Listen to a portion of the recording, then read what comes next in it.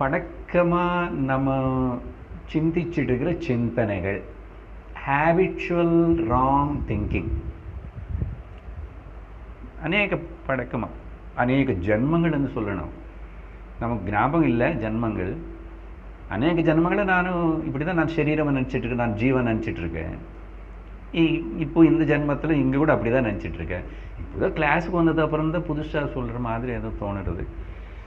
ஏதோ சொல்லுவாங்க, அப்படி தான் அவங்களுக்கு பேசுகிறவங்களுக்கு எல்லாருக்கும் என்ன வேலை இருக்குது, உபன்யாசமாமா பகவத்கீதை இப்படியா சொல்லியிருக்கேன், பகவத்கீதையில் இப்படியா சொல்லியிருக்கேன், ரொம்ப கஷ்டமாக இருக்கு அதெல்லாம், அதனால வேண்டாம், பகவத்கீதையில் வேண்டாம். சும்மா பெருமாள் கோயிலுக்கு போய் அவருக்கு ஒரு துளசி மாலை வாங்கி கொடுத்தா போச்சு 10 ரூபாய்க்கு. ஒன்றும் நடக்காது, ஒன்றும் பண்ண மாட்டார் பெருமாள். உனக்கு நான் அறிவு கொடுத்துருக்கேன், குருன்னு கொடுத்துருக்கேன், சாஸ்திரம் கொடுத்துருக்கேன், நானே பேசியிருக்கேன், கேட்டியோ